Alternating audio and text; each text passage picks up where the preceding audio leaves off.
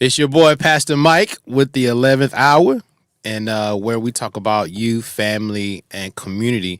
And I am always excited about the guests that we have on our show because everybody does their own little thing in the community, and everybody does their little thing with youth and family. So today I'm excited because I have a great guest. We go way back, right? Yes, we do. We go way, way, way back. I still remember the time we was at MTSU together, and we was both going after that class where they was doing the video for somebody. Yes. That was cool. That was cool. And so I'm going to let you introduce yourself, and then we're going to go from there.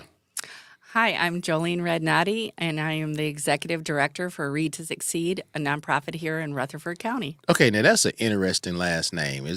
What is that? Italian, French, Jew? What is that? Everybody thinks, well, my maiden name was Gilbert, Okay, so right. that was easy. But yeah, I had to throw a wrench, and it is actually Hungarian. Hungarian? Yes. Wow, okay. So did you go to Hungary and grab you one?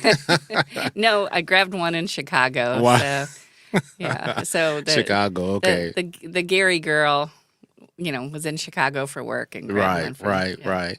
Hey, well, you know what? It is a rainy day today, kind of gloomy, but I'm glad you made it out, made it safe and sound. So, the 11th hour, one of our thoughts is that, when you're making great decisions in life, sometimes we get in these little spots, and we just got to make these decisions in life. And I deem the 11th hour as an opportunity for people to say, hey, what do I do in these trying times in my life? And how do I make these right decisions, especially with our young people?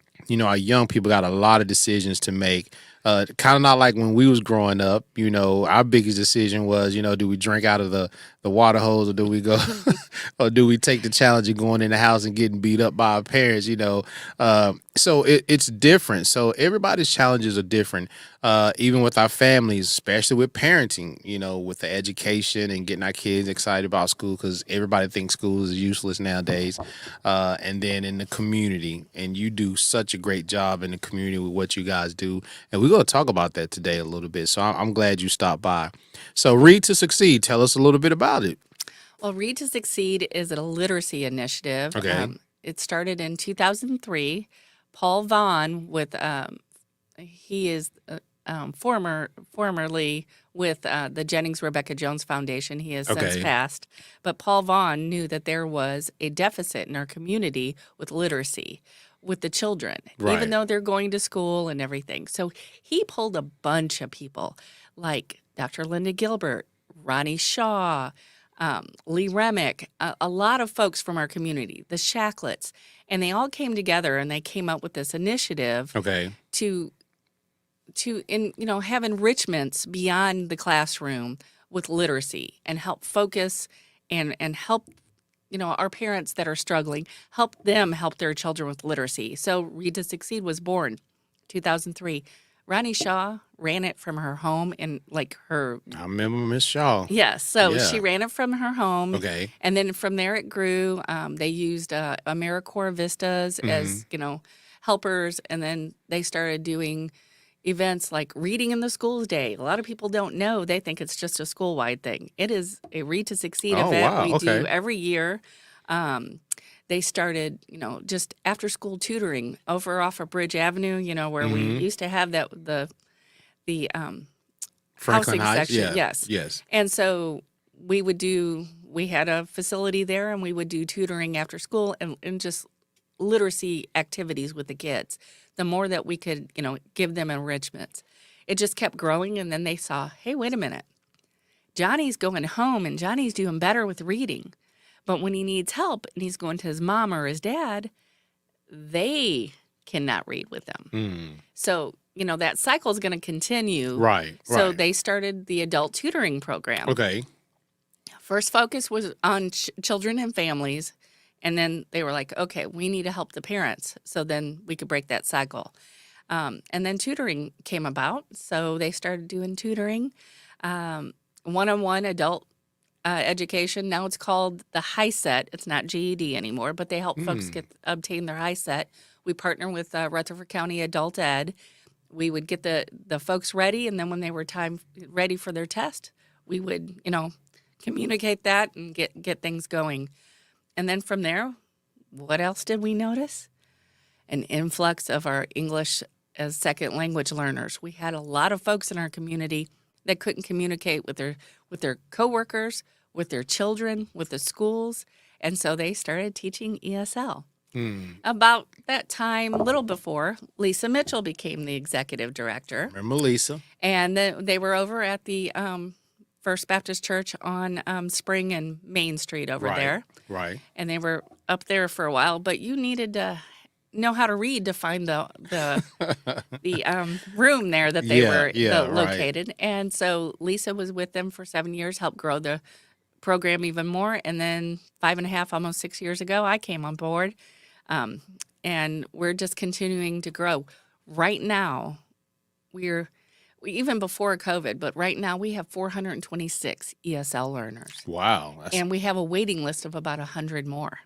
That's incredible. It is. That's incredible. You know, the need here in our community. But it's just great to see 20 years ago, a group of folks saw that there was a need Right. and how far it has come and how many people we have helped. Yeah, that's incredible. So I'm gonna date myself a little bit. You said Lee Remick. That's not that wasn't part of the actress Lee Remick, was it? No.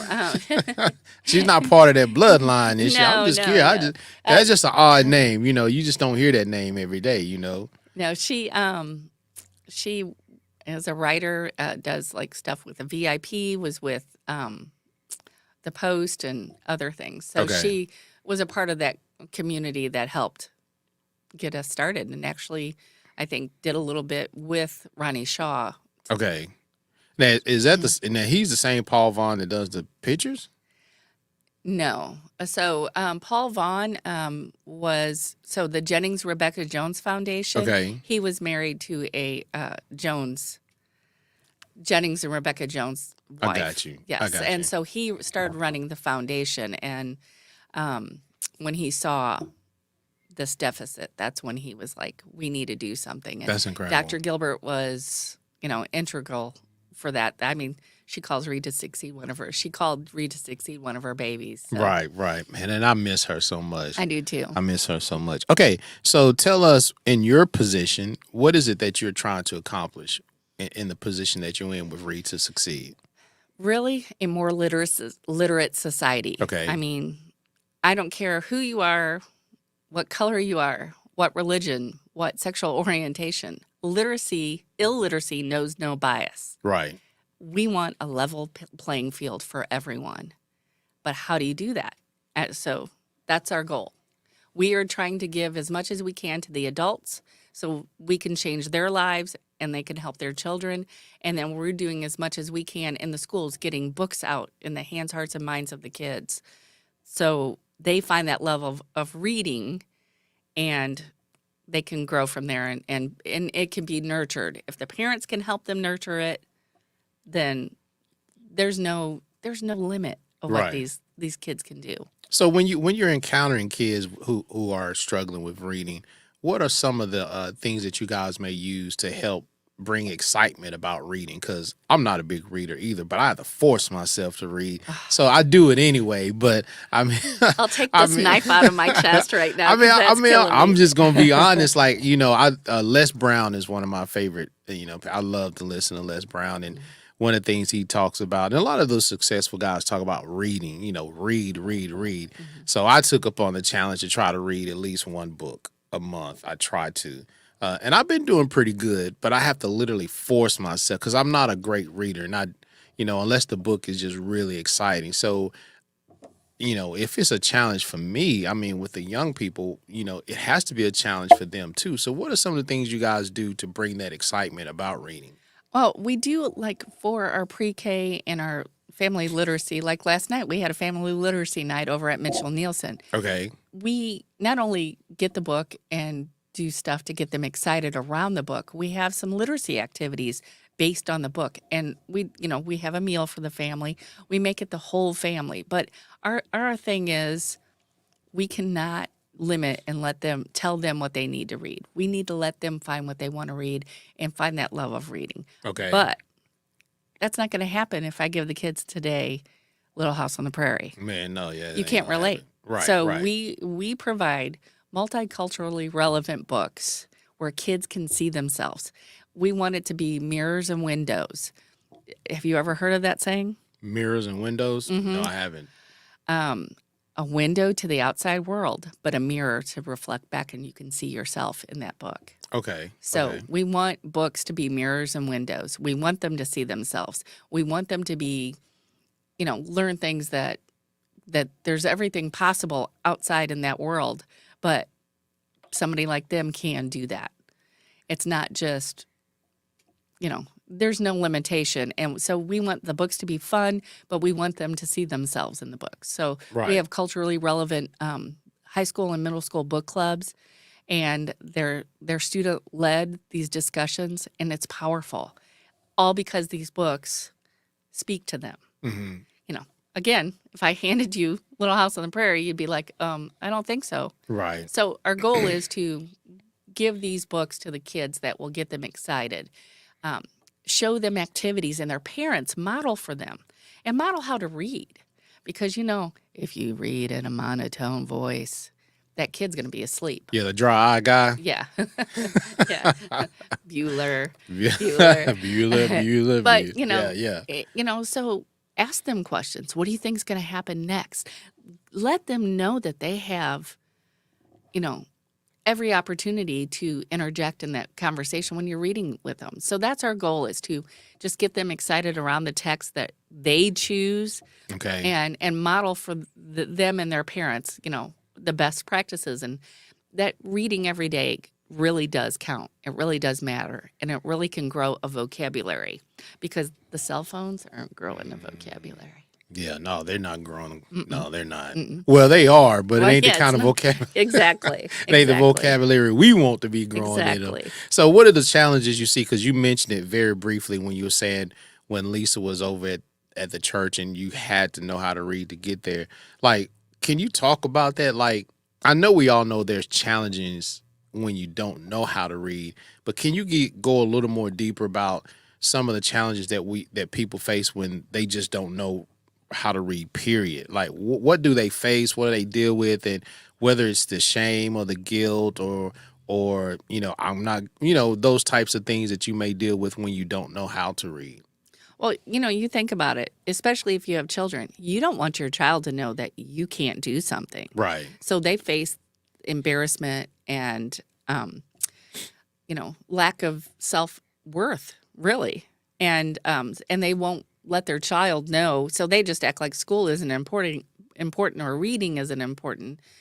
A lot of folks, I'm not saying everybody, some Right, people right. want that to change, but they don't want their child to know they're incapable of helping them.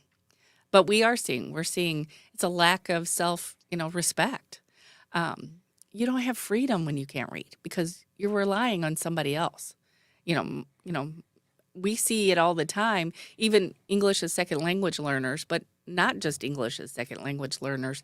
Folks, when I worked at the city schools, people would come to fill out applications for the cafeteria or whatever position. They would pull their child out of class to come with them to help them fill out the application. Wow. Not being able to fill out applications, not being able to understand, you go to the doctor. I've seen people just checking stuff. They don't know what they're checking because they can't read it. Right. So, just being able to fill out your simple medical forms, which aren't really too simple, but try to get a loan, anything financial. It goes on and on. But not only the medical forms, when you get those prescriptions, how do you follow the prescription and understand it and understand the side effects if you can't read? And also, it really, lack of literacy affects health. People don't realize that. You don't know how to read the labels. So you don't know if you're, say you're diabetic. You don't know what you're ingesting because you can't read all the stuff that can affect your sugar. Right. So there's so many different levels of it, but it's lack of freedom, embarrassment. It empowers them once they can, they can read, and it empowers the child. So if we can empower the parent to empower the child, that's key. Do you think that's some of the things that y'all deal with first before you even get into the reading? Because I remember when when we had the building over there off of Middle Tennessee Boulevard, and people would come in wanting to know about Read to Succeed, and I know some of the challenges were embarrassment. Do I really want to do this? The confidence in doing it. So do y'all have to face those barriers first before you get into the whole reading thing? Is that kind of how that works? Because when you talk about it, I hear that sometimes those could be the things that could be the biggest blockers to learning to read, especially when you get a little bit older. It is exactly that. The first step is to walk in the door, but you don't want to admit to anybody you know that you cannot read. We've had learners in their 60s, 70s. They have Wow. raised their families and ran jobs, owned businesses, and then unable to actually read above a third grade level. And then later in life, they're deciding, I don't understand my bills. I don't understand this. Hmm. And I want to make a difference. I mean, we have folks in their 60s and 70s and older who actually have high school diplomas, but are below uh, below a Now how third, does fourth that grade. happen? I mean, if you how does We've that had happen? college students come Really? in. Yes, college graduate came in, and that was my exact question was, how did you get your degree? Right. And her roommate was an English major, so she told her Wow. what, you know. So it's impressive, but they realize for the job that they have that they are lacking something, so they make that first step. But you know what, Michael, life happens. Sometimes Hmm. when they were kids, their family they were transient. They, Yeah. it, Yeah. it and so you can't you can't dig your feet into the grass and get planted long enough to get an education if you're switching school to school to school. Right. And there could be other factors besides, maybe having to not work to help out at home, elderly parents or what have you. Right. But that step of coming in and they'll think, well, I made it to the 10th grade. This shouldn't take me long. Well, Oh. if it was 10, 15 years ago or maybe 5 or 6 years ago, it's still going to take they have to have a commitment. They have to know that they have to be committed. It's not going to be like 5 or 6 months or maybe a year. It might be 2 years. Right. We had a young boy that had life and left since I've been with Read to Succeed, would ride his bike from off of Church Street over by where city schools, yeah, like rode his bike all the way here because he knew he had quit school Hmm. in his 11th grade and he had some problems and he just was like, I'm done. Rode his bike every day. He did it within a year and he got his GED.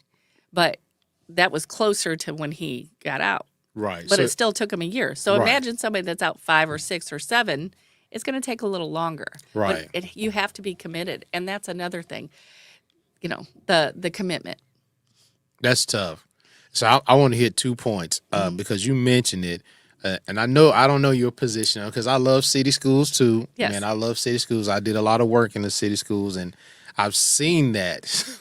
So y'all forgive me when I get ready to go here. We just got to talk about it. What role do you think are the city schools? I'm gonna just say not. I'm not gonna pick schools in general with the overwhelming of the students and the lack of teachers. And do you think that's playing a bigger role now than when you first started with Read to Succeed with some of the issues and problems with kids coming out or being passed from grade to grade? The whole No Child Left Behind deal. You think the schools are kind of, I wouldn't say dropping the ball, but it's getting harder for them to accomplish those goals with our kids. And I then th- I got another point. I think COVID Okay. opened up so many eyelids across the state. I know that in our county, Rutherford County and Murfreesboro City, they are they're not they're pulling out all the stops to make sure that those children are where they need to be. They are changing a lot of things. Okay. Um, the state changed a lot of things. If the children aren't at a certain grade level and point, that they will be held back.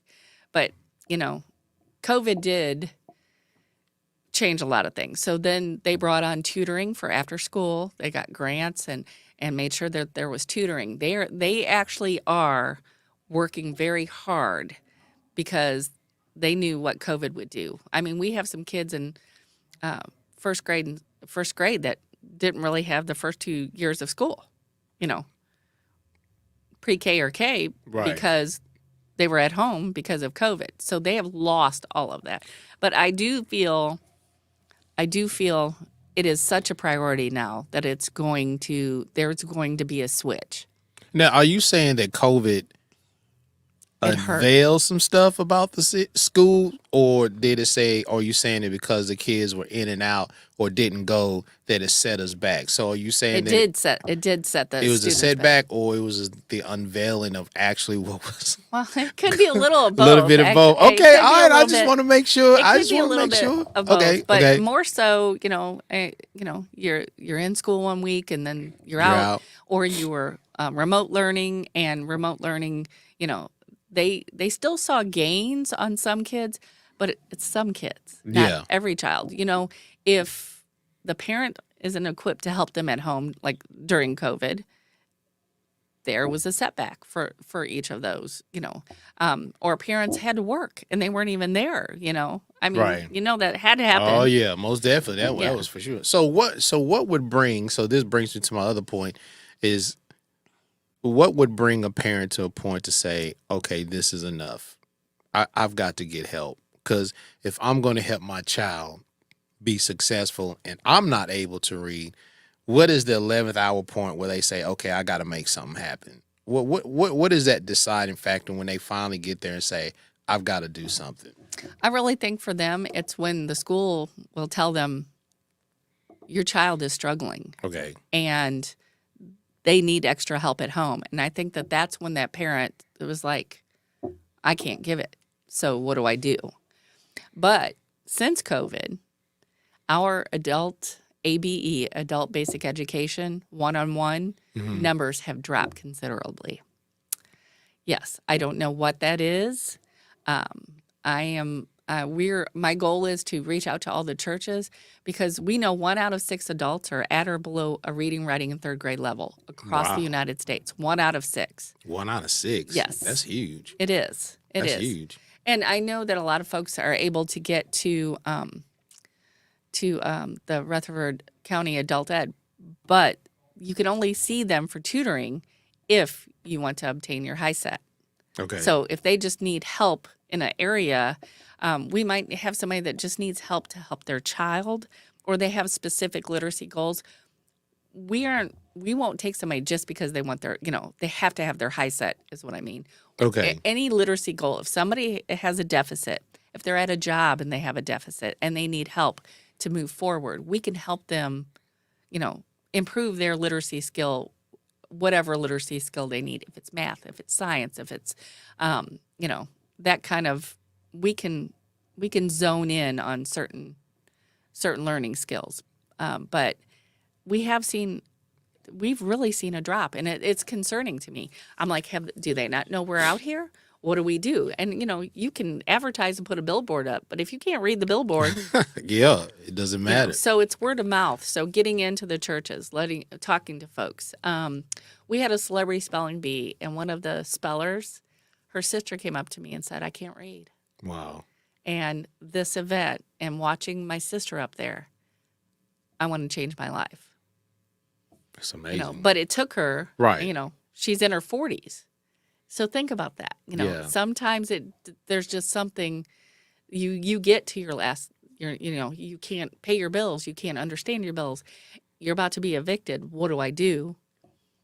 I need to learn to read because I can't understand this, that kind of stuff. Or you can't help your child any further. Yeah, you made a good point. So how do people find you? Because if they can't read or they don't know, how do they find you? I know you mentioned word of mouth, but what other avenues are you guys using to get people in there? I mean, we're, WQJZ, WGNS.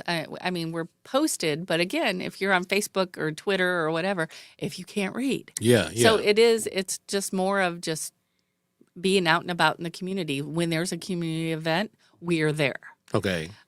We're talking to people. We're, and we're a small staff. So we're stretched thin, but we want to be out in the community so folks know that we're here for them and that we want to help them make a difference in their life. So how could the community help you guys? Like, what would be the help that you would want from the community? To keep talking about us, to keep telling their friends, Okay. and hey, are you struggling? I've noticed this. Do you know there's a place? That kind of a thing.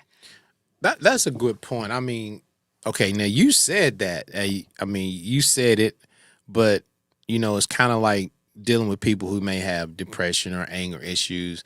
How do you really address somebody that may be struggling with their reading? Like, how do you really address them with that thought? Like, hey, you need to go to Read to Succeed because I see you guys. Yeah, I mean, no. How do you do Right. that really? Like, how would you make that approach? Well, here's an example. A husband and wife. Again, he had grown children, had his own business, and went to a couples retreat with their church. He was tasked to write a love letter to his wife, Okay. and he couldn't write that love letter. Wow. And his pastor, the pastor was like, "Well, do you have a block? Do you have what's?" And then he admitted to his pastor, he cannot write, he cannot read. His pastor recommended us, and he could read the King James Version, which I can't even read. Right. I have to have the NIV or something. But it's the people that are noticing, and when you're helping that person, and it's a lot to be a caregiver, but to be the eyes and ears of for somebody who can't read, taking that step and saying, hey, I'll help you as much as I can, but there's this place. Everything's free. They will do right by you. Yeah. If you just go. It amazes me how do people? I mean, you may not even know the answer to this, but I mean, you mentioned it a little bit, especially with the young lady who graduated college. She had the best friend to do it for her.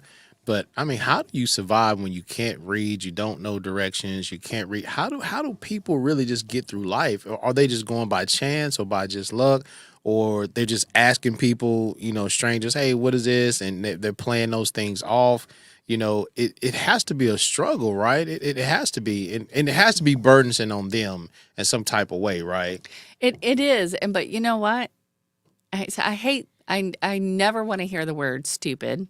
I hate that word. But they are the smartest people.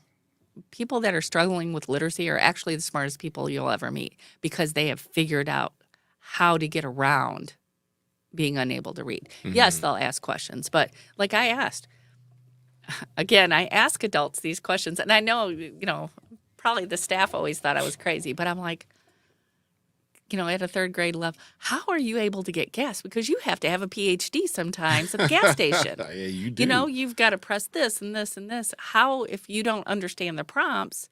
And the person said, I pay cash, and I always pay at and I just say this pump. So they've figured out how to get around, Yeah. everyday problems. They drive a certain way. They do everything the same way to not have changes. But the thing is, Michael, life is changing. Yeah, cell phones, you have to be able to read the prompts to go to certain things. Now they want you to, fill out your stuff for just to go see the doctor. You've got to do it online. You've got to do your check-in online, or you got to do this. If you can't read all that, so that's when that starts. But they're the smartest people. Wow. Wow. They've run businesses. They've raised their children. It just, at some point, it will catch up with them. Now, who do you find more challenging, the adults or the kids, when you're in this reading process? So we don't tutor children, but I can can direct. Yeah, we do not do any one-on-ones. We will help and direct them, and we do some small group things. But other than that, I direct them to other folks that I know that do tutoring. That is my goal, though, Michael. As we grow, Read to Succeed. Yeah, that is my goal. Okay. Because we get so many calls, especially during COVID, my child's struggling to read. So then I tell them, who's your counselor? Always go through the right channels through their school. Right. That's the best bet. But then if they need further help, I have some folks that I do know that do tutoring, but they charge, and not everybody can afford that. So my goal is to be able to do it and offer it for free. Yeah. So, but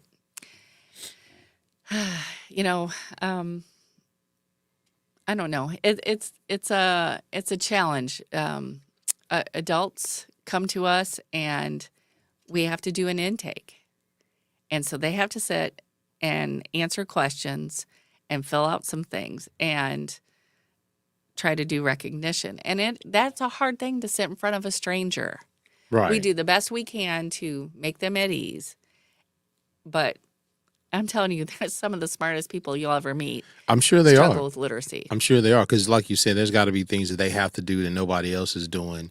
Getting directions is kind of because like me, I'm a landmark guy. Hmm. I'm the landmark guy. I look for landmarks. And nowadays, even though the cell phones are that way, but you can speak into them and Hmm. things like that, so that makes it a little bit easier.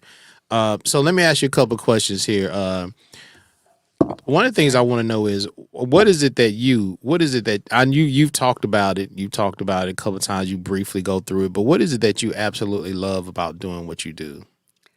Well, first of all, we help children find that love of literacy. And then we don't just do it for children, we're trying to help those adults find that love of literacy.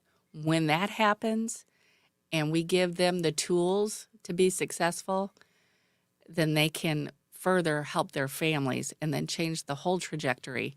And the sky's the limit. Hmm. I mean, um, being able to find affordable housing, well, you have to have a job to do that, and if you can't read, you can't get that job. Right. So being able to help the children find that love of literacy, help their parents so they can help them, and then change the whole family trajectory. When you see all of that happen, it's a positive domino effect, and that's what I love. I love when, you know I've been to the adult ed graduations, and when you see one of our learners walk across the stage and you hear like a kid in the background saying, "Way to go, mom," or "That's my grandma."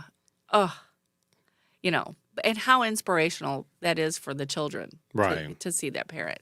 But that's what I absolutely love, is to see the kids find that love of learning and of reading, and seeing the adults be able to help them. So you mentioned ESL. Mhm. So if English is a second language, then most definitely, how are they learning about read to succeed? How are they getting in the doors? And It's without a doubt word of mouth, because once we do an intake and we start having classes, and they're already attending. We might be in 2-3 weeks. We have a deluge, or some people say deluge. I'm a northerner. yeah, They are. It's crazy. They're like, we want to join. My friend is in this class. What do we have to do? When they find out it's free, and that we provide all the materials, and it's helping their friends, it's huge. yeah. So, When it's free, I'll take two. yeah. That's my motto. But there's a downside of that. They get their book and it's free. Well, maybe it's harder than you think. I Yeah. don't know if I want to come. Or, life happens too. If at your job, if you're working all these extra shifts, Right. um, realistically, we would have had way more learners all these years, but not it's not as bad here in Murfreesboro, but the rest of the county, we have a problem with transportation, Michael. Yeah. If you can't get there, you can't do it. So Right. COVID made us reevaluate that, because we went to everything virtually. Oh, really? So yeah, so now we have hybrid. So we offer for English as second language, and even our one-on-one tutoring. They can do it via Zoom or Skype or whatever if it can't be in person. A lot of our tutors decided they didn't want to tutor anymore. They were afraid of COVID. Hmm. So they were elderly, a lot of Right. them, and they were like, "Yeah, I don't want to." So we did Zoom. So now we're hybrid. We have online daytime and evening classes via Zoom for all levels for ESL. And then we have in person sites throughout the county. And then, for adult one on one ABE learning, we usually we want them they don't meet in person at somebody's house. They're always at a library or someplace, in public, or Right. at our offices. We have a Okay. literacy center. Um, well, they can do it online now. I think in person's better, but so that word of mouth, I'm telling you, once we open up a site and then we've done testing, then they'll bring 4 more friends the next night. Like, this is for real. Right. And they're free. And the love we get from these communities. And even though it might be at a church, we're not teaching a religion and we are not faith-based. To us that work there, this is a mission. Yeah, And yeah. we pray for our folks that are in the program daily. But it's so amazing, the word of mouth. And they become family. They'll bake cakes and bring them in for us, because we're helping them. Right. They'll do stuff for us, or their learners, or their tutors. I mean, Yes. they fall in love with their tutors. They become friends. They become family. If they're going for their citizenship, their tutor will be there the day that they, take their Pass that test. yeah. Yes, it's such a neat thing to see. It's building our community. It may be one person at a time, but by golly, we're doing it. Getting it done. Mm-hmm. So maybe a lot of people in Murfreesboro don't know, but what are some of? Because I know when I was at the den, when you guys were coming over there, I saw a lot of different families from many different backgrounds. How has that expanded? Like, what are different families we're seeing here in the Murfreesboro area from different areas of the country?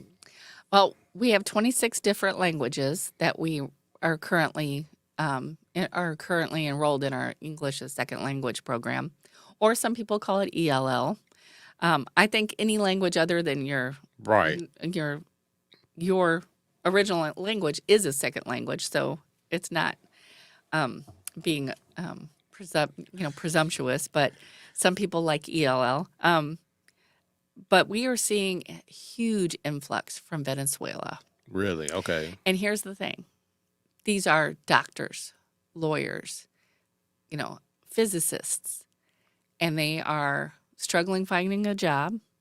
They're at Amazon, or they're driving for Uber, or they're just, and the intelligence is just unbelievable.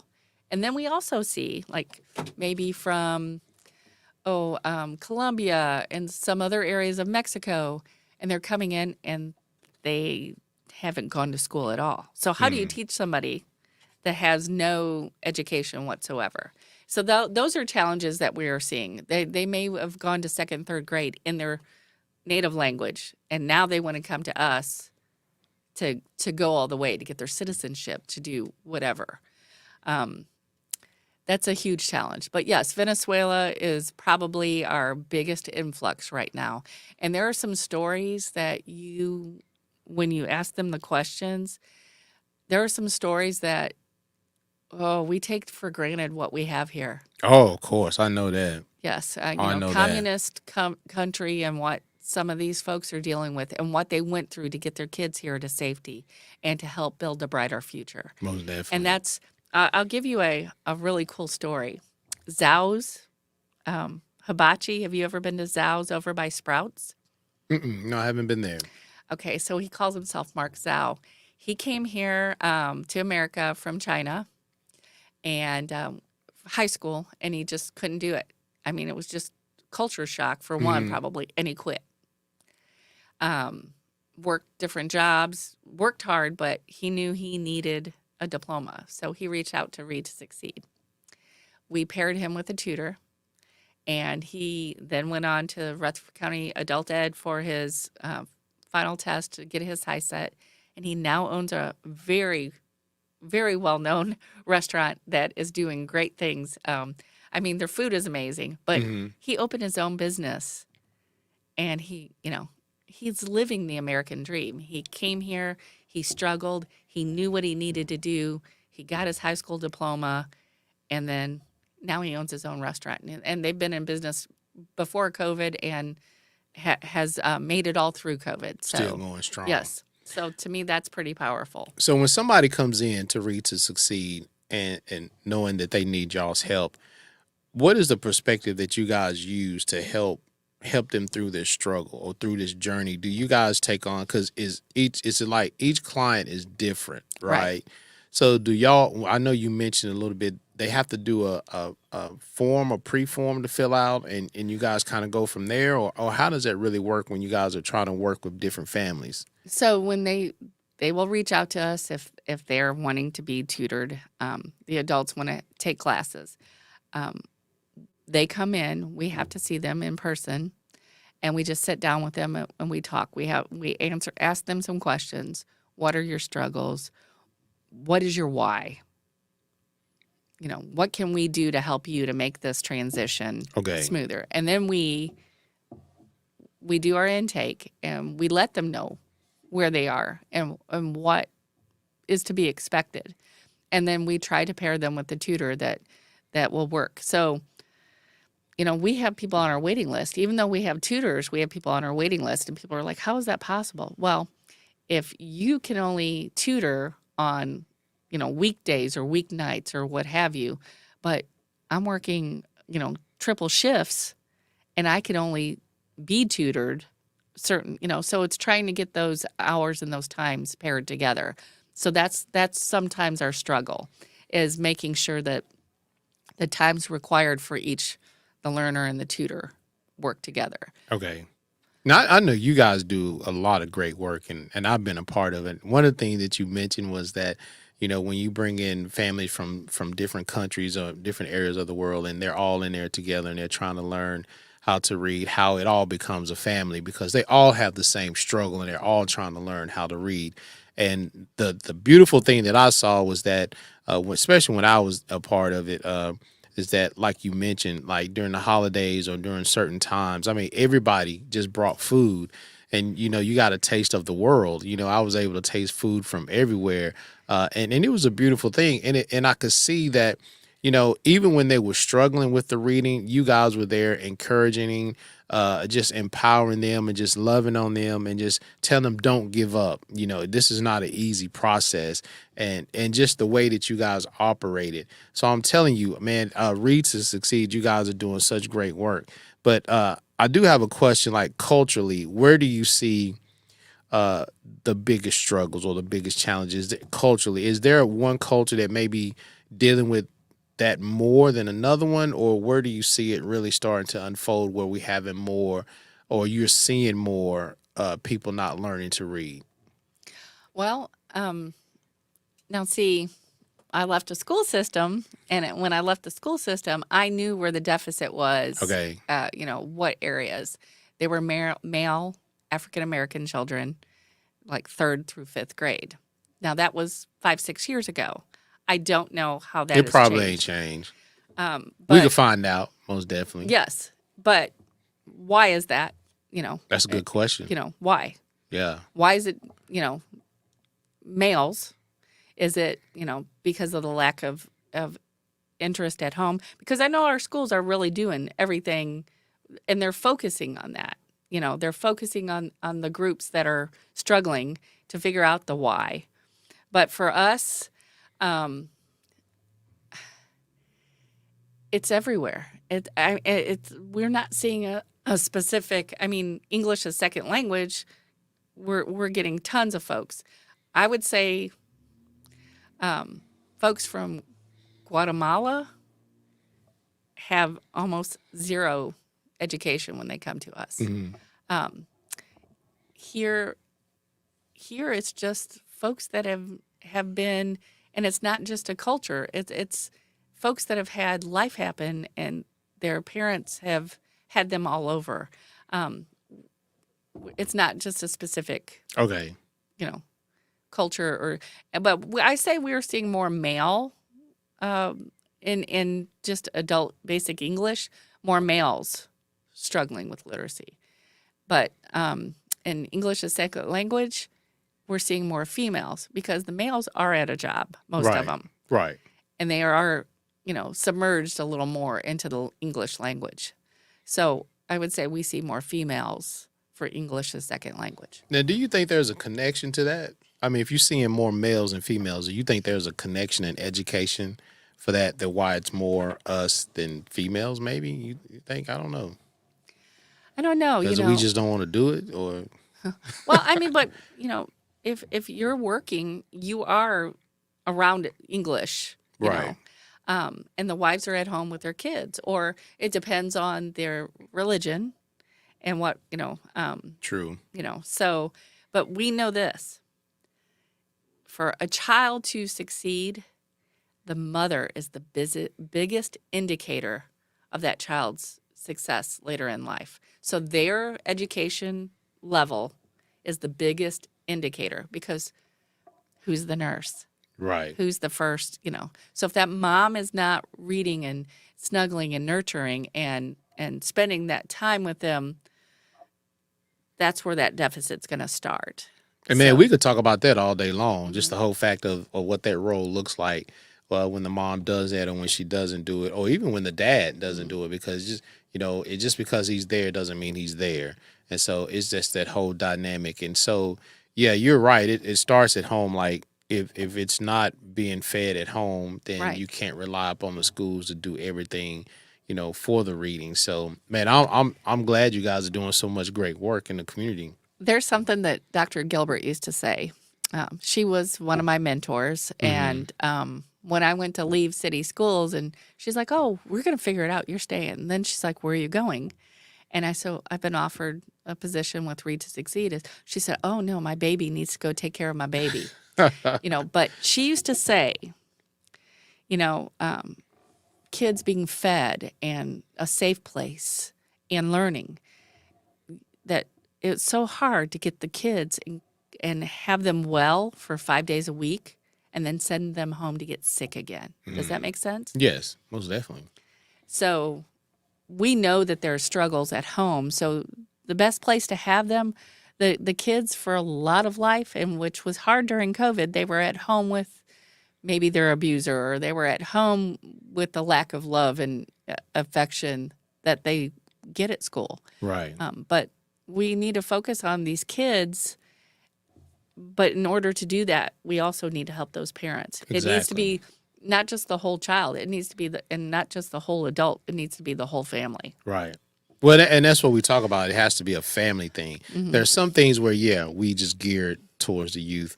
But I think sometimes we miss it because it has to be the whole family. And I like what you guys do when y'all do the reading days and the reading times where the whole family is invited to come and read, because a lot of times we do leave that portion out, is that, our kids are going to be as successful as the parents bring them along. And so if the parents are struggling, how does a struggling parent help their kids if they don't know what to do and how to do it? So I commend you guys on that and appreciate what you're doing in the community. Michael, I appreciate that, but it takes a village. Yeah. We have great community partners. We have folks that, so everything we do is free. So we write grants. And it's grant month right now. We write grants. Right. And, it's making it harder for us because we're not a school system. They want quantitative and qualitative data. Well, I can't tell you that Johnny, because he went to our program, his reading scores have improved 1,000%, because I don't have, there's FERPA. I do not have access to that data. Now, adults, when we test our adults, we can tell you all day long where they are. Right. But our children, we can't. So we can tell you that they showed up, that they came with their families, that they got read to that day. Now, I love Imagination Library, Dolly Parton. My name's Jolene, so we're tied. Yeah. But a book can go to you, a book can go home, but that doesn't mean the book is read. That book can be propping up a table because they have a wobbly fire. Yep. Yeah. Or they have a wobbly table and they've shoved it under. at. It doesn't mean it's read. And they're so transient, those books don't follow them because they're not going to do a change of address. No, they're not going to do that. So the programs we have, we are physically reading to them. We're modeling how to read for the parents. We ask questions. We get them excited about the text. We do that at Family Literacy Night in partnership with our university partners, MTSU, College of Ed, Early Ed. Those are pre-service teachers or master's students that are teachers now, and they come up with the activities around a chosen book. Last night at Mitchell Nielsen, oh my gosh, they showed up. We fed them. They had a good family meal together, and got to look at gently used books to take at home for that home library. And then the child of that night, they did The Boy Who Harnessed the Wind. Great book. Yeah. Great story. Great movie, too. Yeah. And so MTSU did, the kids made pinwheels, and they got to do something fun around, and talk about wind. So it's science in there. I mean, we cover everything, but we couldn't do it without those university partners, MTSU, Tribeca, Lipscomb. Yeah. And, our funders. and then our school partners. We couldn't do that for the children's side without all of that. And then for the adults, it's the partnerships where the folks that allow us, like, somebody that let us, helped us get some space, but letting us have some space so we could Right. have those classes. Yeah. That it takes a village, and we need partners, and we have tons of volunteers.